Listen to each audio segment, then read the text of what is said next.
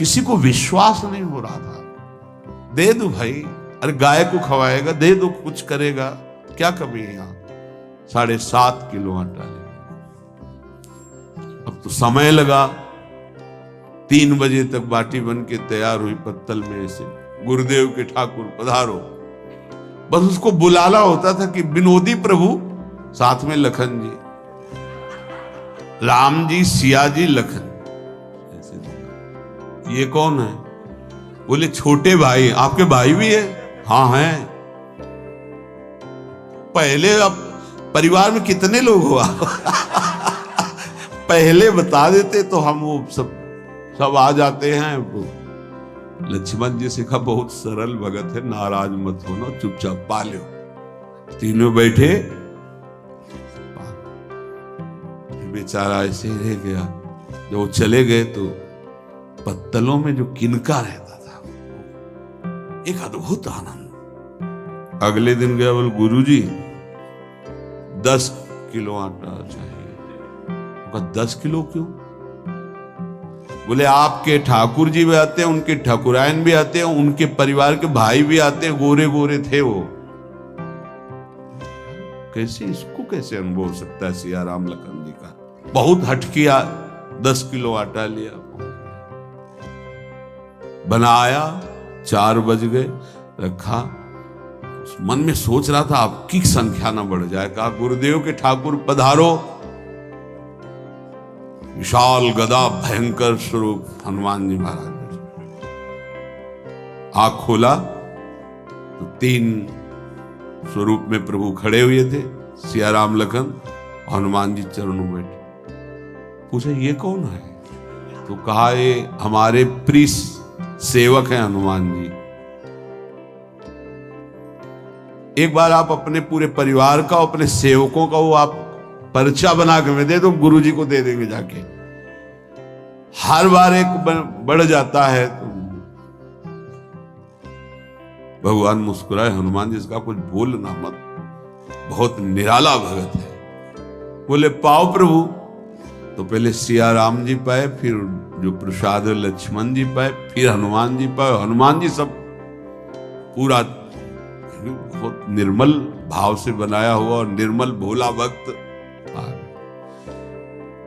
अगली बार कहा गुरुदेव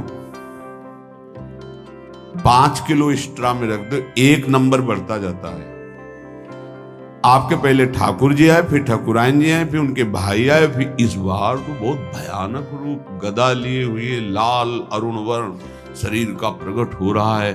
जिधर देखो कंचन वर्ण की कांति, मुख में अरुण वर्ण की कांति। हमने पूछा आपके ठाकुर जी से तो उन्होंने कहा कि वो सेवक हैं। को रोमांच हो रहा था कि क्या सही भगवान करुणा करके इसको दर्शन देते हैं। अब अगली बार अगर ये बात करेगा कि तो फिर अब हम इसकी परीक्षा लेंगे। ले गया इस ट्रा में, बनाया सब। आओ गुरुदेव। अब तो पता था कोई आने वाला नहीं। गुरुदेव के ठाकुर 2 संख्या बढ़ गई। आंख खोल के देखा, कहा ये कौन है? तो कहा ये हमारे और भाई हैं, इनका नाम भरत है, इनका नाम शत्रुघ्न है। पहले महाराज बता देते ना कि आपके और भाई हैं, हमने कहा था, आपसे प्रार्थना की थी। पाओ बचे नहीं ना, वो 2 संख्या ज्यादा हो। अगली बार गुरुदेव से कहा कि गुरुदेव 20 किलो वाली बोरी में भर दीजिए, अब हम दिन भर बनाएंगे क्योंकि आपके इतने ठाकुर हैं। आज गया लेकर सब ऐसे रख करके पत्तल डाल दिया और कहा गुरुदेव के ठाकुर पधारो। बिल्कुल नहीं बनाया। आ गए प्रभु। कहा कहां यार, तो खुशबू भी नहीं आ रही, ना बाटी की ना भरता की। बोले प्रभु आपके साथ पत्नी है ना, और सेवक भी है, इतने दिन से तो हमारे हाथ का पाए, आज हम पाना चाहते हैं, आप बनाओ, अपने रुचि का बनाओ और पाओ। प्रभु ने सिया जी की तरफ देखा कि अलवेला वक्त। सिया जी ने कहा अनंत सामर्थ्यशाली शक्तियों की स्वामिनी। बोले प्रभु देखो हमने ना उपला बिना है ना लकड़ी, आपके सेवक है ना, इनसे बोलो। तो हनुमान जी से कहा कि आप उपला और लकड़ी इकट्ठा करो, भाई आदेश है भगत का। लक्ष्मण जी चूल्हा जला रहे हैं, व्यवस्था आग की, और सियाजू के आंखों में आंसू भी आ रहे, धुआं भी लग रहा है, पर बना रहे। उसने कहा बनाओ, हम गाय एकत्रित करके आ रहे हैं। वो भागा, वो आश्रम में गया, बोले गुरुदेव आज पूरे परिवार सहित हमने फंसा लिया है आपके ठाकुर को। उनका क्या फंसा लिया है?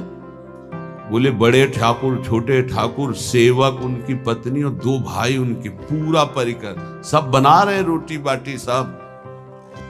महाराज आप चलो, आपको शंका होती थी आज उनके हाथ कपाएंगे। तो उनको लगा कि पागल आदमी, राम जी, लखन जी, भरत, शत्रुघ्न, सिया जी, हनुमान जी, ये बड़े बड़े योगियों के ध्यान में आने वाले नहीं, ये कैसे एक गंवार आदमी जिसको कभी कोई नाम जपना नहीं आया, कोई ग्रंथ नहीं आया, उसके सामने। पर भगवान की दयालुता पर संशय नहीं करना चाहिए। चल के देखते हैं। जो ही वहां गए, चूंकि निरंतर भजन परायण थे, वहां गए तो पूरा राम दरबार उपस्थित, और बड़ा सुंदर व्यंजन स्वयं जानकी जी बना रहे। प्रभु के चरणों में साष्टांग दंडोत है। कहा प्रभु लीला समझ लीजिए। भगवान ने कहा देखो, जो ज्ञानी भक्त हैं उनके लिए मैं अत्यंत तर्क के द्वारा भी पकड़ में नहीं आता। जो विद्वान हैं उनकी विद्वता मुझे छू नहीं सकती, लेकिन जो दीन हैं और भोले हैं उनके सामने मैं अपने इस दिव्यता, इस महानता को, देखो तुम्हारे इस भक्त की आज्ञा पर हमारा पूरा परिकर लगा हुआ सेवा। ठाकुर जी की कृपा से गुरुदेव का प्रताप, जो ऐसा सौभाग्य मिला, परोसने में दोनों गुरु और शिष्य, पाने में प्रभु। बाद में जब प्रभु ने पा लिया तो जानकी जी ने उच्छिष्टामृत प्रभु का लेके और कहा देख, आज तक तू मुझे देख नहीं पाया देखते हुए भी, इसीलिए कृपालु है। एकांत में श्री तुलसीदास जी रोकर प्रार्थना करते हैं, जनक सुता जग जननी जानकी, अतिशय प्रिय करुणा निधान की, ताके जुगपद कमल मनाऊं, जासु कृपा निर्मल मति पाऊं। करुणा निधान प्रभु श्री राम की अतिशय प्राण संजीवनी मोरी, प्राण प्रिय सियाजू की, सीताजू के चरणों की वंदना करता हूं, जिससे प्रभु को पसंद है निर्मल मति, निर्मल मन। उनकी कृपा से मेरा मन निर्मल हो जाए, मति निर्मल हो जाए। तासु कृपा निर्मल मति पाओ। जीव ही जानकी जी ने अपने कर कमल से उस बालक को पवाया, अढ़ैया को, त्रिगुण माया का मल नष्ट हुआ। ओ जी सच्चिदानंद प्रभु का साक्षात्कार निहाल हो गया।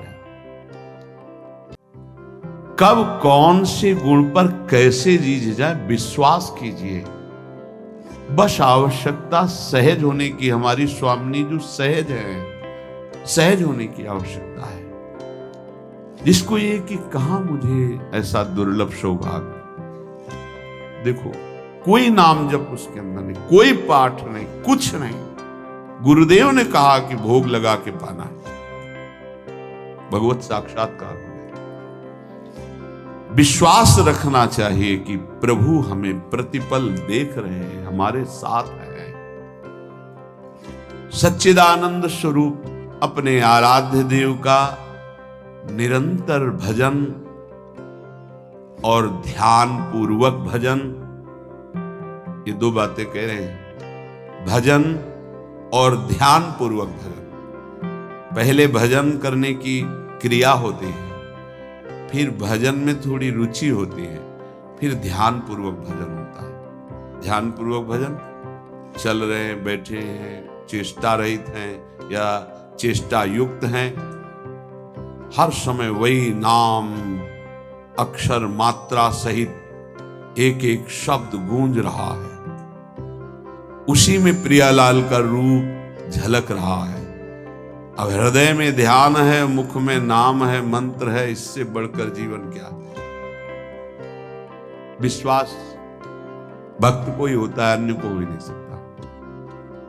कोई भी अगर अपनापन होता है तो प्रियालाल झलकते। जिस समय वो कटा उसी समय वो सामने। मैं हूं ना तो किसकी तरफ देख रहा है? बस ये जिसे कहा जाता है कि प्रभु वृंदावन से बाहर एक कदम नहीं रखते। तो हमारे भक्त जहां होते हैं वृंदावन के, वहां प्रियालाल जाते हैं। ध्यान रखना, वहीं वृंदावन भूमि प्रकाशित होती है। चाहे वो लाखों कोस दूर हो, वृंदावन वहीं प्रकाशित होगा, उन्हीं के सामने प्रियालाल होंगे। ये भक्ति विश्वास का मार्ग है। तुम्हारा एक ही कर्तव्य है, सब जगह से अपनापन हटा के अपने इष्ट में रखना और उनका चिंतन करना। बस हमारी यही साधना है। फिर तो प्रभु की ओर से जो कृपा की धारा आएगी कि आप उस पर बह जाएंगे। जितना जितना कृपा में डूबते जाएंगे उतना उतना प्रेमानंद बढ़ता चला जाएगा। ये सौभाग्य कभी निर्गुण उपासक को प्राप्त नहीं होता।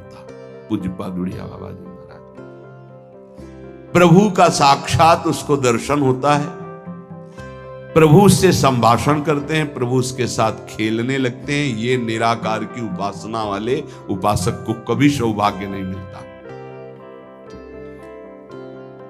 भगवान की इस उपासना वाले को निराकार तत्व का बोध हो जाता है। ध्यान रखना, हमारा स्वरूप चराचर जगत का स्वरूप, भगवान का स्वरूप, सबका बोध हो जाता है प्रेम मार्ग के पथिक को। और सगुण साकार स्वरूप में जो प्रभु विराज, उनके साथ खेलना होता है। जो सगुण उपासक, साकार उपासक हैं, उनको तो निर्गुणोपासना का जो फल है सर्वत्र तत्व अनुभव, ये स्वाभाविक हो जाता है। लेकिन जो निर्गुण निराकार उपासक, उसको साकार रूप में दर्शन, संभाषण और लीला में ये नहीं होता। बड़ा भाग्यशाली है, अनेक जन्मों का उसका भजन सिद्ध हुआ, जिसको प्रभु के साकार रूप की भक्ति करने का अवसर मिला।